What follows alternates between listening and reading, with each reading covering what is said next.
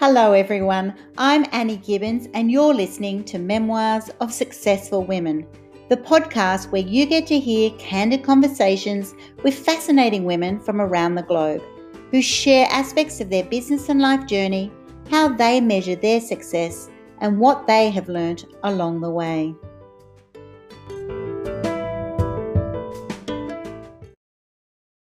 Hello and welcome to Memoirs of Successful Women. Today I am introducing you to Dr. Laura Cobb, who's a nationally certified and licensed professional counsellor, life coach, international motivational speaker, and international best-selling author.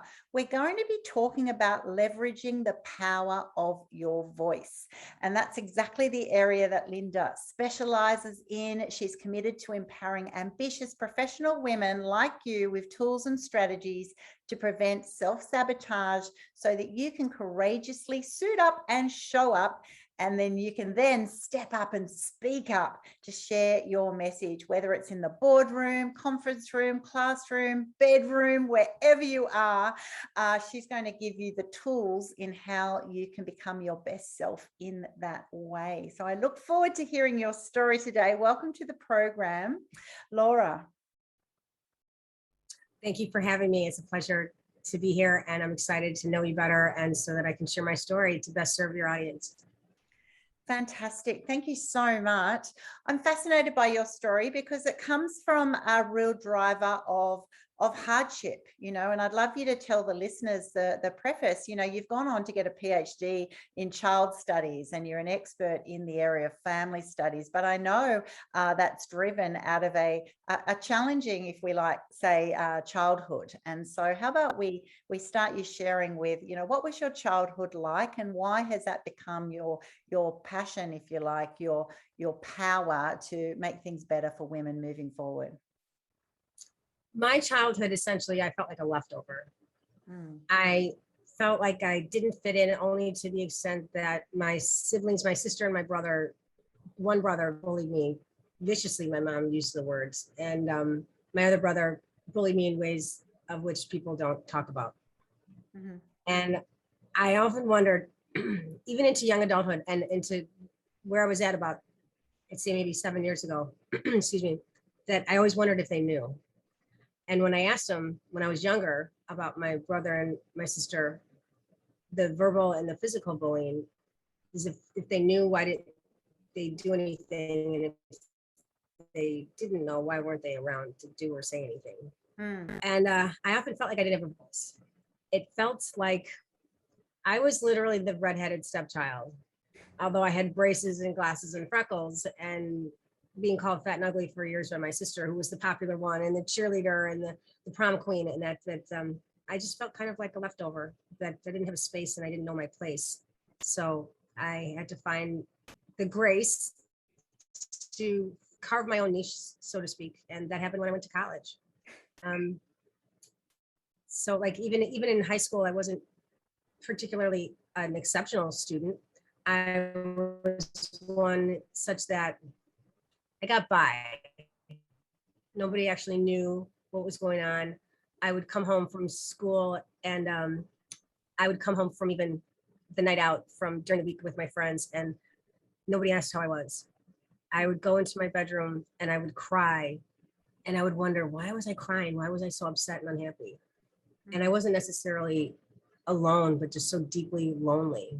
I mean, the color of my skin and where I lived in the world, that some might say I was definitely privileged. Although I thought we were rich. My mom said no, because we were on food stamps and welfare, and I didn't know it at the time. I did feel like I had everything that I needed.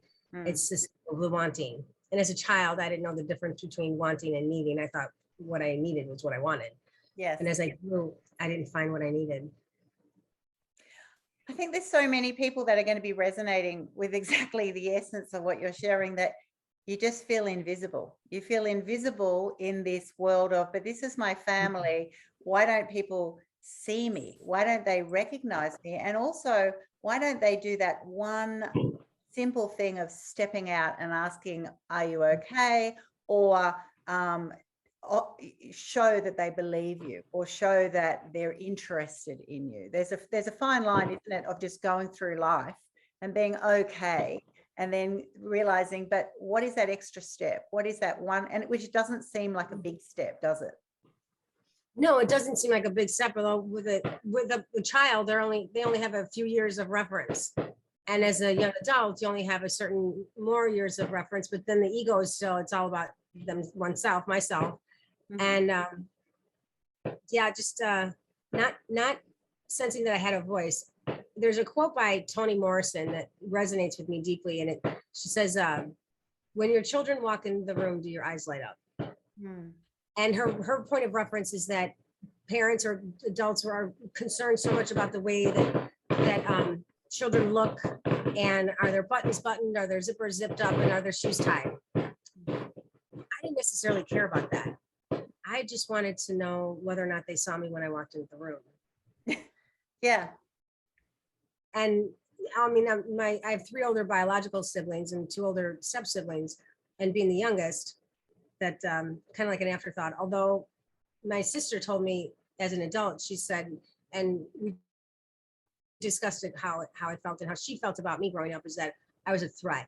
And that's really what bullying is about. It's about feeling threatened and lacking or sensing that there's a perception of some semblance of power. So what happened was I didn't feel like I had any power. So then I became a bully at school. This was in grammar school. And luckily I found the women, thank goodness for social media, only to the extent that I was able to find the women that I bullied, and was able to make my amends. Wow. And that felt good. But it was so humbling at the time, thinking to myself, what are they going to say? What are they going to think? And what will be said to me?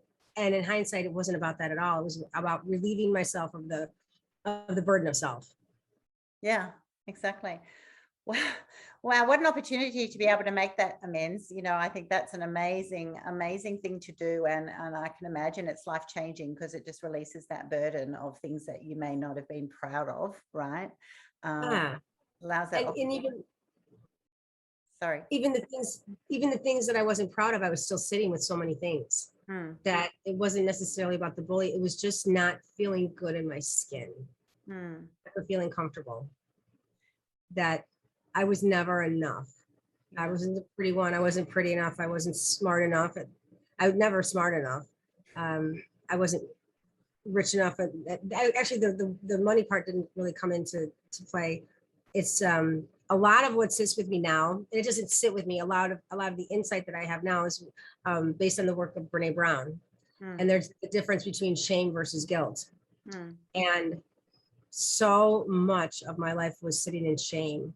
And then it wasn't even a juxtaposition between that and the guilt. The shame encouraged the behavior. As I increased in age, what I was doing was based on the shame that I felt about myself. It was so hard to tease those two apart. So tough, but it's necessary in order to know that I'm enough. My behavior might not be appropriate at all, but I'm still worthy of love and respect and honor. Absolutely. It's a lifelong lesson, isn't it? That everyone is worthy of love, respect, and honor.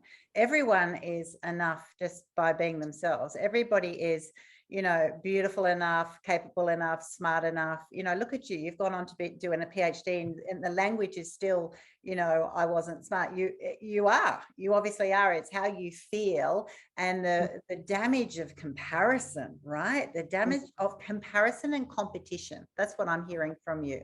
You know, that comparison of, yeah, that's right. You've got the sister, and everyone probably has a sister or brother or a friend or whatever who is the pretty one, the one who goes, yeah, that's right, the prom queen, the one that everyone is attracted to, the beast to honey kind of thing. And then it's that instant, oh, well, how do I compare to that? Because I envy it, I love it, I'd love to have that feeling of what that would bring. Even though many of those people are not happy. I've also interviewed those people, and they're like, oh my gosh, imagine if I wasn't this pretty face and I actually did get to learn who I was, you know. So there's, you know, there's always multiple sides to every facet. But I think, you know, that growing up in that world of comparison, and then obviously then, you know, when you're fearful, when you feel rejected, then you compete, right? You get up your bat and you fight. And that's what a lot of that bullying stuff comes to. It's like, I need a sense of power. I need someone to see me, even bad behavior, negative attention is still attention, right? Definitely. Yes, absolutely. I mean, see, that's the thing. Growing up in my household, we called I'll change my mom's name, the Angie look.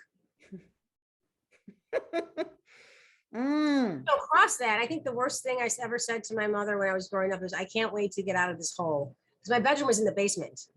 And it was the whole basement, not the whole basement, but it was the largest room in the house. Yeah. And imagine being in that large room and then being the only person there, just feeling like I can't even take up this space.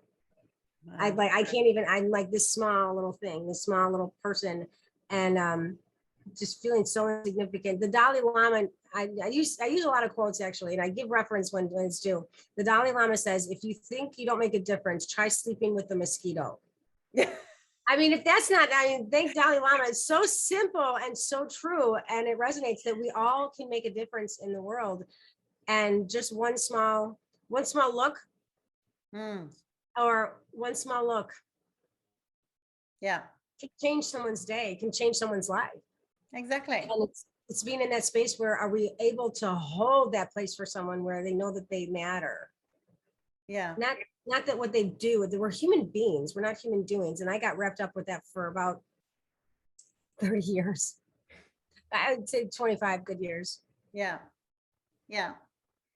It doesn't serve oneself well. It didn't serve me well because I kept doing and going to college for 12 years, working on concurrent degrees at the same time because I wanted to figure out my family. Why would I study family studies? I mean, read between the lines and realizing that I'm not necessarily the identified patient.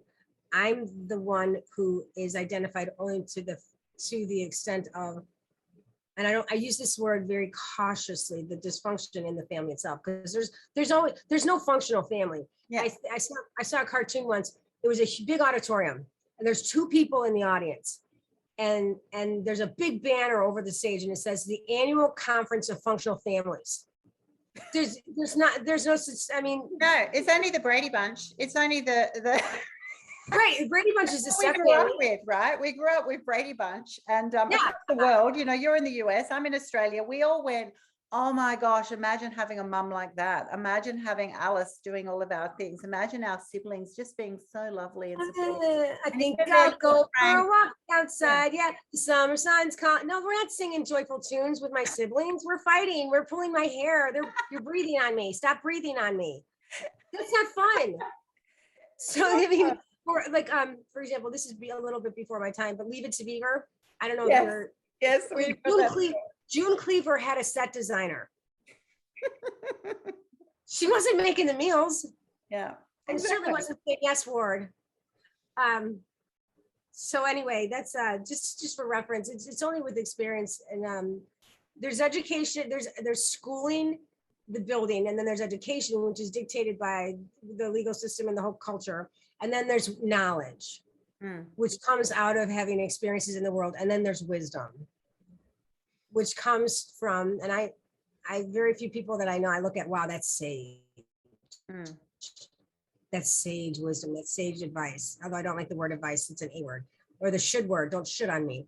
The sage wisdom comes into play when the individual that I sense has integrated what they've learned and manifested, or I should say, I beg your pardon, we have an extra guest. He consistently comes and visits when he knows I'm emoting. When I feel something deeply, we have a beautiful he always comes by. So this is a testament that I'm thoroughly engrossed in this content. And thank you for your listeners and audience for this. So he knows I'm feeling deeply about this topic matter. I hope you don't mind. I'm sorry to any of our audience members who are fearful of cats. I beg your pardon. So the individuals who I sense who have sage knowledge and wisdom are those who are able to transcend how it only resonates for themselves and then have it not more, but make it relevant and resonant to those universal truths, so to speak. Yes. That we all just want to be loved. We all want to know that we matter. Yes.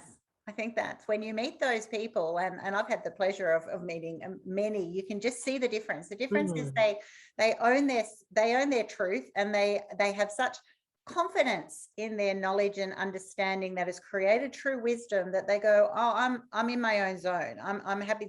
This is my life. And you can take this gem and apply it to your own context. They realize that learnings can be applied to like infinite contexts, infinite situations across all, racial, religious, all areas of diversity and definitely gender, that you actually go, oh yeah, sure. It's not just for one person. It's not as if they've got the golden ticket.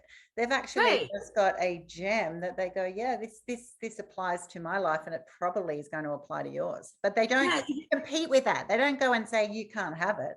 Right. They just say, oh my gosh, like Dalai Lama is like going, oh, well, this is just how I see it. Go right ahead and see what you think. Right. You can't hoard knowledge. I mean, you could. I mean, that's just narcissistic in my personal opinion. I mean, you're going to hoard information. Okay, wow. So the person who's on top, the person who's the winner, I certainly would not want to be winning, because that's a really lonely place to be. It's a very number one only to the extent in my life so that I can be of service to others. So I have to love myself fully, and so there's certain folk who want to love me until I love myself, and who see me in a way that I can't see myself. There's a sociologist from the early 1900s, an American sociologist. His name is Charles Horton Cooley, and he has a concept. It's not really a theory, so to speak. It's just a way that this is just a theory. So theories can't be proven. They can only be disproven. So if it resonates with you, great. If not, just take it for a grain of salt.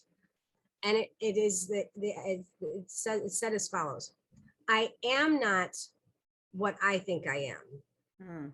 I am not what you think I am. I am what I think you think I am. I'll say that again. I am not what I think I am. So my sense of self, my perception of me is not really based on what I think. And I'm not what you think I am.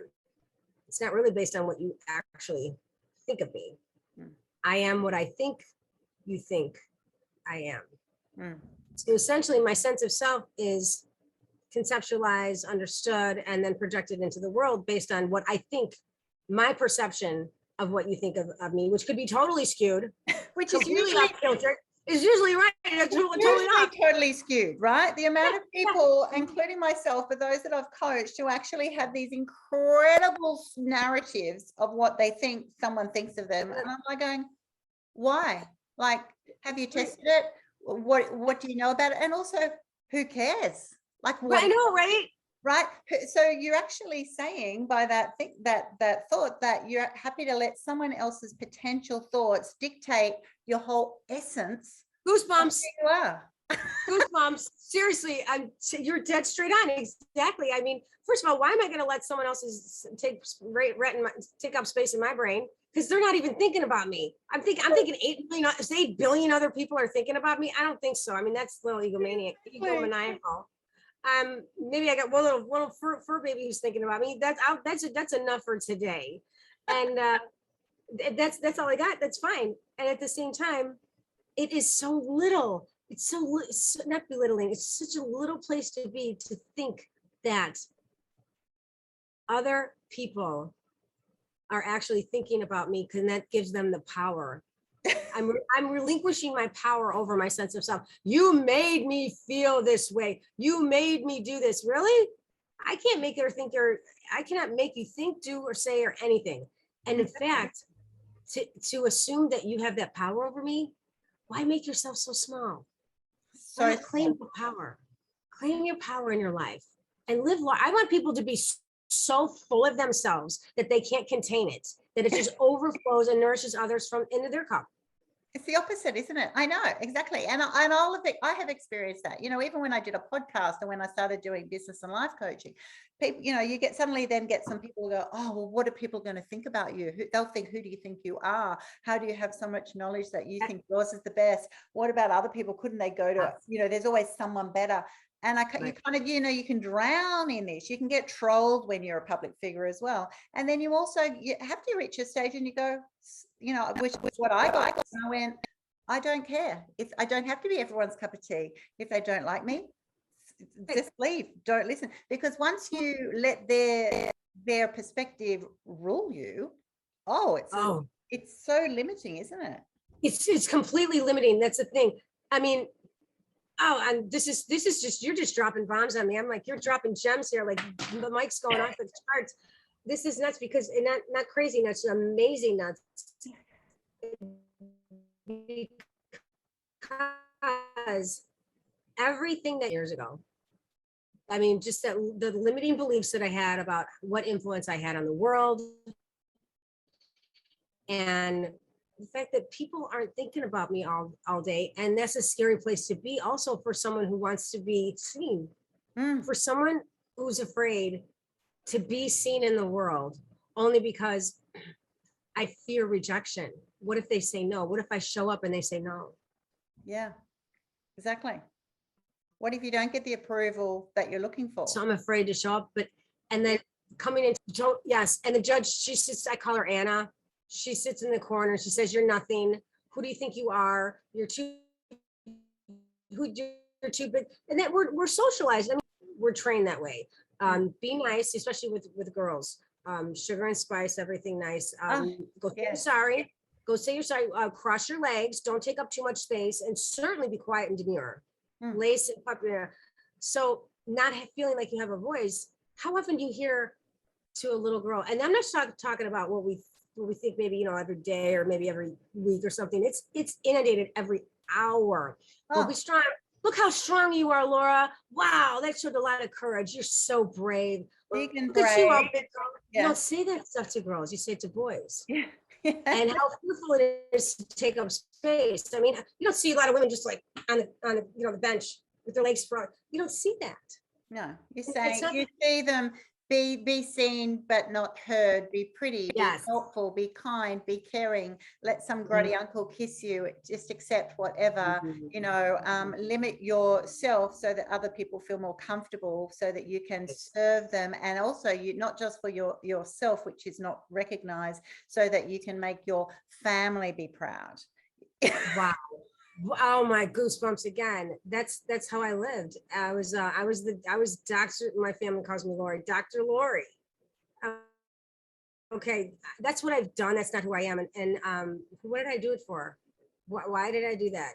And I was afraid for so long to quit. And what happened with me, people say, oh, you're extraordinary. I'm not extraordinary. I'm ordinary, and I make extraordinary choices on a daily basis. For someone to say that I'm extraordinary, that excludes them from being extraordinary. Yeah, that's a cop-out.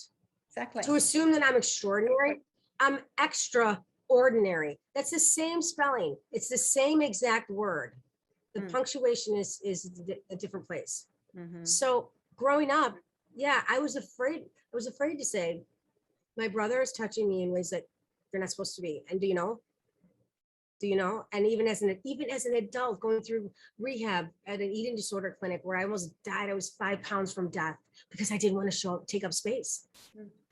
I was imploding, and I was so big in my life. Nobody would know. Nobody knew because I was afraid to be, because the silence was so quiet when I stopped, and I was a being.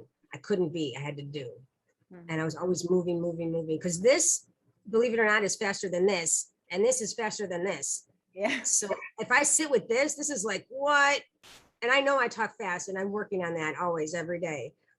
So to be with this always, and having to, of my own volition, choosing to say, I can't do this anymore. I'm going to die. Like, I saw it. And I was so sick. And I knew the behaviors I was engaging in, and they were it was demonic. This is the word that I use. And asking my parents, I said, I need to know, this is 30 years later. I have to know if they knew. And then worrying about how is it going to possibly affect their relationship with my brother. I was worried even as a grown adult, years of schooling, experience living in Europe, having these positions with the Pentagon. It doesn't matter. It's that little girl inside wondering about just catering, just stifling myself, just so worried about how is it going to impact other people. And see, that's the interesting thing about empaths, is that we genuinely care how others feel, almost pretty much to the detriment of our own well-being. Mhm. 100% detriment. Yeah. And I mean, I at 8 years old, I remember telling my stepmother that sometimes I feel so deeply it scares me because I didn't know what to do with those feelings. I was the one in third grade who, believe it or not, throughout third grade, we were on a quarter system and we had number grades. And one of the subjects was listening. Now, mind you, my area of my industry and my position right now, my job, how I choose to define my role. It's an avocation, not a vocation even. That I failed listening throughout third grade. Now, mind you, in hindsight, this is like a revelation only came about 2 weeks ago. That maybe it was about the teacher and like I was interested in what other people had to say. I wasn't listening. I wasn't listening to her, and I wasn't keeping my mouth shut. So that means it wasn't listening per se that I was graded on. It was talking. She was grading me on talking. So this is a difference, and I'm just making this like it came out 2 weeks ago, maybe 3 weeks ago. I'm sitting there like, what? Yeah, that's what's going on. I failed listening because I wasn't listening in a school that's a building, education, what I'm told of what I need to know, which is you shut up and you suit up and you shut up. Yeah. Listen to the teacher, because the teacher's all powerful and all knowing, like the professors, they profess what they know, because they're all professing whatever. So we're dictated what we're supposed to learn. And then therein comes the knowledge. Okay, I know that I changed my grade at the end of the third grade. I changed it from a 3 to a 1. One would think I wasn't that smart because a 2 would be more reasonable because you just make the loop. I just did the white out and did the 1. It takes me a minute sometimes. And so I sat, my parents found out, and I sat the whole summer in my bedroom. I know, except for meals and bathroom. After drinking a glass of dishwasher soap, I had to swallow it. I was burping for a while, bubbles. That said, now this is 40 years ago. I'm 48 now. So the whole summer, I failed listening to whom? So I'm in the bedroom with myself for 3 months. Yeah. And I'm teary-eyed because now I think about it. What's listening? Who am I listening to? See, that's my why. Yeah. People say, what's your why? What's your why? My why is an acronym. It's who hears you, WHY. Who hears you? To whom are you speaking? It's not what's your why, not it's not how, what's your how, what's your what, what's your who, what's your why? Who are you trying to speak to? Who do you want to speak? Who's your audience? Who do you want to hear what you have to say? Is it that little girl in the bedroom? Is it that woman who's so big in her life and feels so small inside? That's the imposter syndrome. And I experience that a lot still today. Yeah. I think all of us do. The power of the inner child and the effects on your life are just mammoth. It can take us decades to get over or just learn to live with and be aware of it and then still go, oh, I know this, and now put it in its place. That takes a long time for a lot of people. And look at for you, that story that you just shared, Laura, here you are at a time of, yeah, that's right. You've got to listen in a certain way in that construct because they've decided that school or that way of learning is the way that you have to. And if you don't conform with that, then you're a problem. Then you deserve punishment. So this girl who needs to be heard, who needs to be noticed, who needs to be validated, the punishment, because you don't fit in a box, is to then, drink soap, spend time isolated, talk about reinforcing abandonment syndrome, like a sense of, you're then abandoned, you're then given the opposite of what your inner child needs desperately, and that's right. And then you say, I know this even I've got 5 kids and just looking at their learning styles, right? You just go like one of them had ADD and got told he wasn't smart because he was always looking out things, but he's a visual learner. He's actually super creative. He just didn't learn in the school system way, right? You're then always wrong, always in trouble, but not deliberately. It doesn't mean that you're being a problem. It just means that you just don't hear or you don't relate or you learn in a different way.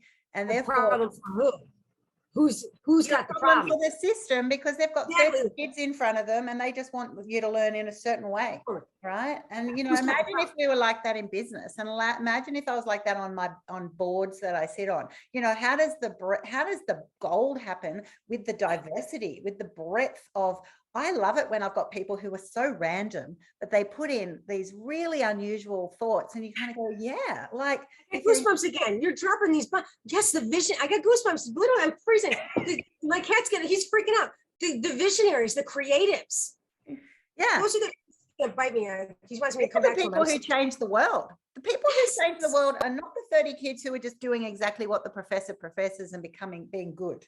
You know, nothing wrong with that. Some people are just the small percentage are the rote learn, and you know, you do it, you go to university, you succeed. I'm not saying that can't be possible, but most innovators, most people who've gone left field and just went, oh man, I've got this crazy idea and I'm going to back myself, are actually the people who were not in that construct. They were the people who, the Richard Bransons, you know, or Albert Einstein, who go and say, I'm just going to dwell with these thoughts and I'm just going to go, right. Who said it's not possible? You know, right? That's the thing. What's impossible? Impossible is I'm possible. Yeah, everything's not impossible. It's the same word. It's the same letters. Yeah, exactly. If you change the things, if you change the way you look at the world that you look at changes. Excuse me. So, you know, I mean, I'm not being rude. I love you. I was talking to him. I was talking to my cat. It's a mindset shift. Yeah. I'm not the problem. If someone's got a problem with me, who's got the problem? Yeah. Exactly. So then what do we do with that? How do we then navigate that, or show up in our lives? How do we navigate the world in a way that, not conformity per se, and I don't mean that we're necessarily, I don't mean that we need to be, not that necessarily that we need to be respected, just heard, so that we can step into the door, so that we're not looked at as outliers is okay. Freaks, that's another thing, because sometimes freaks aren't listened to. But I'll tell you, I'll be sure, you know, that picture of Albert Einstein where he's got the hair, and I mean, pretty freaky. Pretty freaky. But that's, you know, hindsight's 2020. So now that I know better, I can do better. Then how do we navigate the system and work with it as opposed to anarchy? Yeah.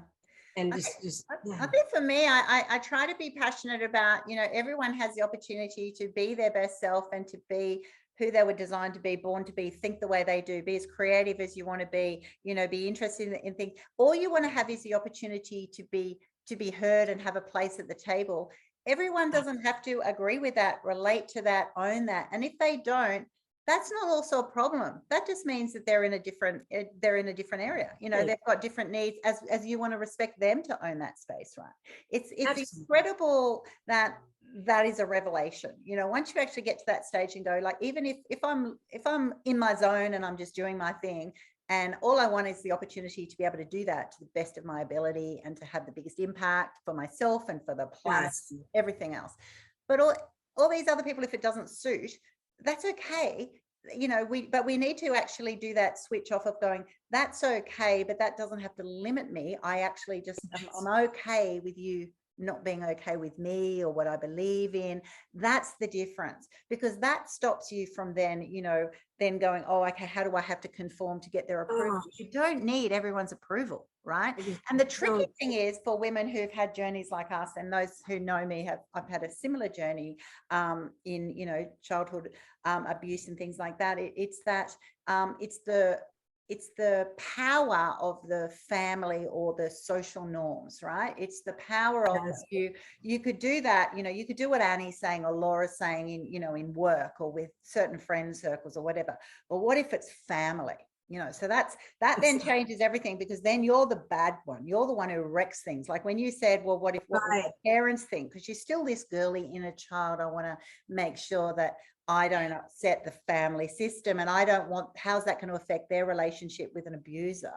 Also, another key gem that I related to when you shared before is, what if you're at the ends of your tether, you know, like you were in an acute situation with eating disorder. I had an eating disorder as a result as well. Common theme, ladies. But what your inner fear is, but what if they haven't noticed, they haven't asked, they obviously haven't cared. Then the next step for me was, What if I tell and they still don't care? Okay. That for me is like, that was the guts of it, because that's a hard thing to live with. And for me, my journey was that I had to live with that. And then eventually you get to a stage and you go, that's okay. That's their choice. That's their decision. Right. It doesn't have to own you. Gosh, that's I didn't I didn't have that experience. I hear it though. I really hear it. Mine was so obvious. Yeah. I mean, I was everything, the whole gamut. I was all of it. Yeah. And I don't want to go into details or trigger. That's a whole different. And I can for sure. I don't shy away from that. It's just not appropriate at this moment. That yes, and it's the same thing with abuse that goes on in the family, is especially when it happens with a family member. Yes. What if I say this family member is touching me in areas that I don't know what this means, and then if you know what it means, you come to a realization like, wait a second, and then you say something, or you never say anything, and then it hinders not only your relationship with your family members, but every subsequent relationship that you have in your life. And there's this code of silence. And I think, it's becoming so much more common for women now. What about the men? It's so common among men. I studied masculinity mostly for my dissertation. I worked on my doctorate. My dissertation was the subjective experiences of at-home dads. I wanted to study men from a feminist perspective in order to highlight and put women's career trajectory on the forefront of the alert of people's awareness.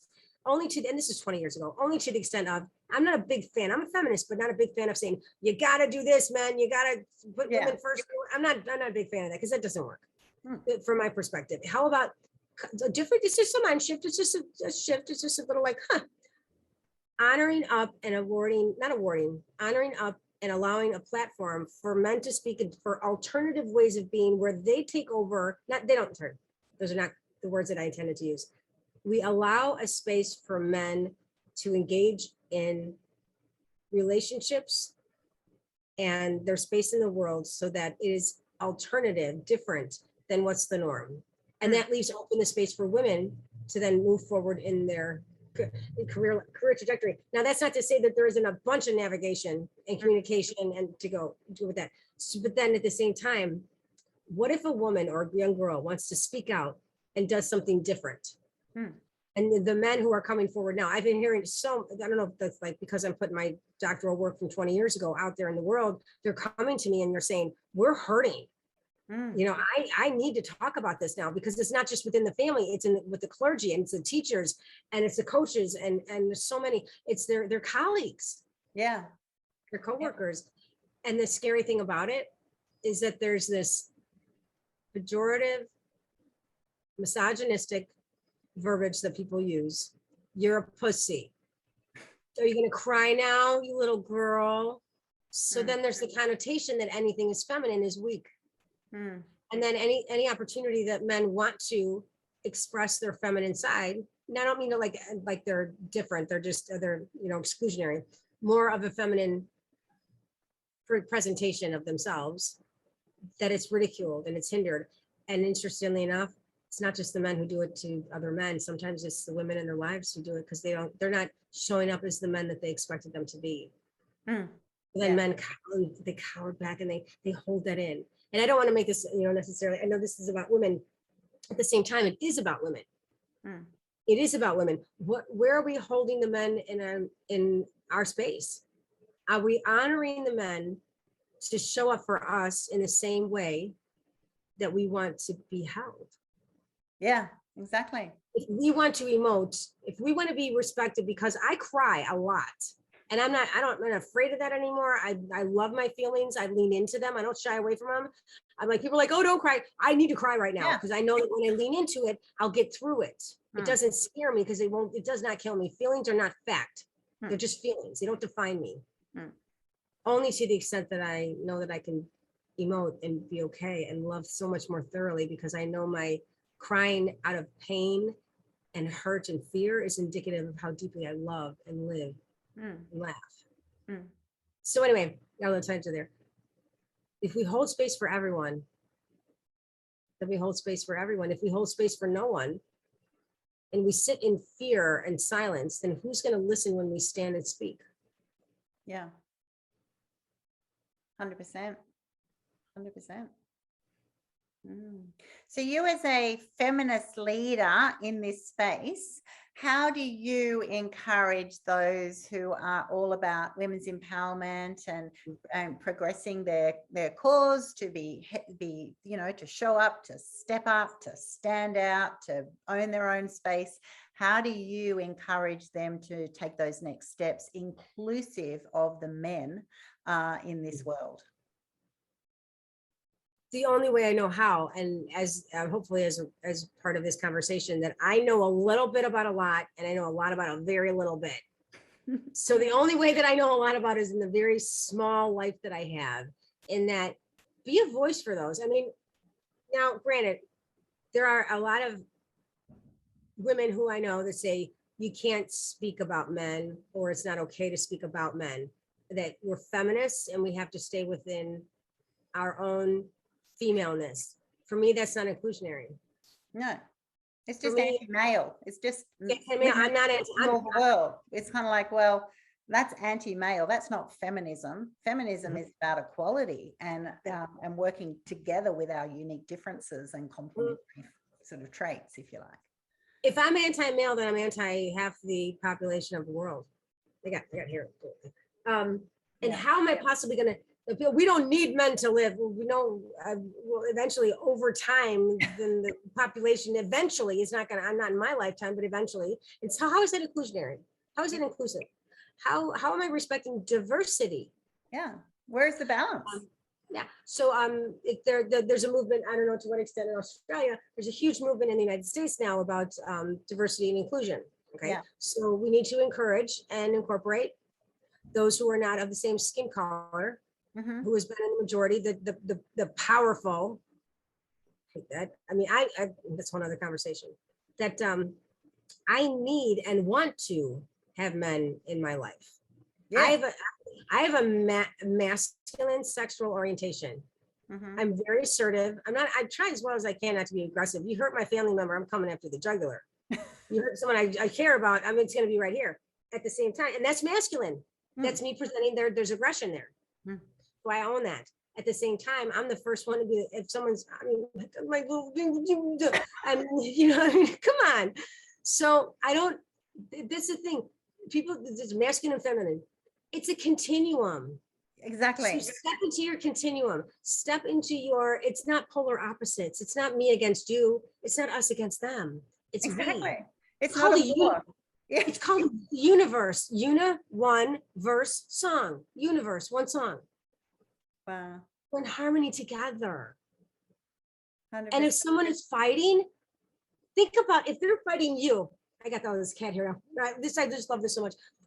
If someone's fighting you and they're fighting you, imagine what's going on within themselves. Yeah. They're not fighting you. They're fighting being scared of being rejected themselves. Exactly. And that's a terrible way to live. It's the way you were feeling when you were a child and you felt threatened and unloved and unnoticed and you become a bully. And so that's exactly it, you know? Yes. You're dropping the mics here, hon. Yeah. There's no other way to be in the world, at least how I know it. And please enlighten me, because I got these glasses on now, but sometimes I'm clueless. I don't know that much. I just know only people because I've been presented with individuals like yourselves who impart onto me your wisdom from your experience. So help me understand. And if I'm not getting it, sometimes there's a point where you got to agree to disagree. Because if I start to feel within me, I don't like how I feel about myself when I'm interacting with you, not you, with someone. If I don't like how I feel about myself, then because I'm starting to, you know, define or come up with all these words that shall not be spoken in public about your character. First of all, those are not true. I'm just frustrated with me because you're not doing what I want you to do, or you're not saying what I want you to say. And then I need to separate myself. I give myself a timeout, like with my children. You know, you teach people, we train our kids. It's not parenting. It's just like anything. You train them. So for me, what's worked is time out. I can't be around you right now because I don't like how I feel about myself in this moment. It has nothing to do with them because it brings up all my stuff from childhood. Yeah. Because you're saying stuff that I disagree with. Why do I disagree with it? How are my ideologies? How is my perceptions or perspective of the world defined? Then I got to start thinking it takes so much work. It's a pain in the arse, really, because it's like, oh, I hate it. It's the same. I love it because I have insight. The thing about insight, though, analysis is paralysis. Insight is great. What are you going to do with it? There's 3 frogs on a lawn. 3 frogs on a lawn. 2 decide to jump off. How many are left? 3. They didn't jump off. They decided to. Insight is great. Yeah. What are you going to do with it? Mm-hmm. Wow. I love talking to you, Laura. We could just talk all day long. Oh my gosh, we're so on the same page in so many areas, and I just know your wisdom in these other fields is just insane. And I'll be honest with you. I did my research on it because I'm like, oh my God, I'm talking to Annie. I did my research. I'm like doing convoy. So he's gonna bite me now. I'm doing recon. I'm going to go to your website because I'm all feeling imposter syndrome because I'm like, oh my God, she's done this. She's got an academy. She's got all these women following her. I'm like, I got a cat. I got nothing. I'm not kidding. But sweetheart, it's not a competition, right? That's I know, exactly you're right. That's what I love. I just go, and that's why I have this podcast and my global community and my academy and all this. It's like, oh my gosh, girls, that's right. This is a whole new world. This is the future that we want for our daughters and our sons to inherit, that everyone is enough in their own self. Everyone is enough by just being. It's about working out how you tick, who you are, and just maxing out and loving on that while supporting other people to do exactly the same thing, despite, that's right, gender, despite race, despite religious preference, despite where you live in the globe, there's enough. And those alpha traits, those masculine and feminine traits, like we'll all have them. I love what you said there about it's a continuum, because I'll do that. I'm a CEO of in Australia of a couple of businesses, and I'll get on stage and they'll go, and I've had men come up to me and goes, wow, you're so alpha male, you're just strong and demanding, and I'm like, I'm just a keynote speaker. I'm owning this space, and yes, the authority, so it comes out. And then the next bit, what am I known for in my academy? It's like, oh my gosh, Annie's so mumsy and caring and kind and will cry with me and stuff. And you go, yeah, we're all on a continuum. And some of us will bend to one side or the other, or an even flow. Or sometimes you just have the highs and lows and go, oh my gosh, how can I be so strong in this way one day and a basket case the next? It's normal. I know. Goodness gracious. I know, like the whole business thing. I don't know business well. I know content. I know but I'm like, what's a business strategy? Yeah. Marketing. I don't know what a funnel is. I don't know. I mean, I can work with my clients. You want me to hold space with you? Yeah. That's definite. That's not even. But you know how to do. See, that's the thing. This is the comparison thing, and I'm gonna stifle part of what I'm gonna say only to the extent that I know it's not helpful, especially for the audience. I see women like you, who seem to have it all together. I don't know what you got something. I don't know what it is. Everybody's got something. I'm not asking you to tell me. We can talk offline if you need some help. But at the same time, anybody who's listening to this right now, you got something. And somebody else has that something too. Maybe it's something that I said, maybe it's something that Annie said. You got something. And I implore you, whatever happens, there's someone who's going to say, me too. You're not alone. No matter what. There's 8 billion people in the world. You're not alone. You might feel lonely, but you're not. You matter, and I pray, I hope. I'm not a religious person. I do believe that there is something out there that has resonated with someone based on this beautiful person, Annie, who's amazing, who's offered this platform. Because I'm not speaking right now. Annie's listeners are speaking right now through me. I'm just a conduit. So beautiful. Beautiful said. How do people find you though, Laura? They all know how to find me at anniegibbins.com. How do they find you? How do they reach out to you? If what you've said today and the way you approach life and the areas that you are an expert in, how do they reach out and find you? LinkedIn is the best place for me to be. Yeah. And on Clubhouse for sure. It's just LinkedIn is the preference, and then Dr. Laura Cobb, DrLauraCobb is the best, or Laura at drlauracobb.com. My website is under construction right now, so I beg your pardon. Hey, we're all in this. So is mine. I'm in the process of growing. Launching in. I love it. I said 1 week about a month ago, so it's still a week. You know, that's life, isn't it? We all things happen. You know, you always get a bit overly ambitious, but that's okay. We're all in a work in progress, and I love that. I think we should all be always in a work in progress. I will leave all of your details on my podcast platform, also on my YouTube channel. Everyone, I encourage you. You know, that's right. These millions of people globally, there's always someone who resonates with you. You know, reach out to Dr. Laura. If what she said resonates with you, you just love her style, you're just attracted to her. There's something about her that goes, she's my kind of girl. You know, obviously you all love reaching out to me, and I just so honor that space, and I encourage you to always just stay close. And also, ladies, just you know, if you are in that lonely place, if you are in that bedroom, or you feel like that inner child, even if you're 30, 40, 50, 60, it's never too late just to step out and join a tribe. You know, there are women out there, definitely in my academy and others around the world. I've had so many speakers all around the place that I don't care where you find your tribe. I just want you to find it. I want you to believe that there is someone. If you're not getting heard by your community, just reach out into, and it's really easy. You just make that call, just do a DM and go, I need that. I need to create your own. And then create your own tribe. Create your own. Exactly. There you go. Boom, boom. Take Annie's lead. She did her own. Create your own tribe. Sometimes it's a crime when you don't create your own tribe, but create your own. Create your own, do your own thing. You know what? And then when you're claiming that, others will find you. Other people will admire you. Other people will support you. They'll keep you accountable. They'll be your best cheerleader, you know, and that's where the magic happens. That's where the innovation, transformation, power plays happen, and also the everydays happen, that you just on your couch feeling happy, feeling loved, right? That's what it's all about. You don't always have to be a power machine every single day. You know, that's gloss and bubbles, you know. It's actually just that inner child just goes, yes, I feel successful on my own terms. I feel balanced in the way I live, and I actually just feel happy. Deep down, happiness and joy is my closing statements for today. So thank you for being on my program, Laura. Thank you. You are a blessing, and this has been a lesson, and I just want to put you in a ball in my back pocket and carry you around all day because you're amazing. Thank you so much. Terrific.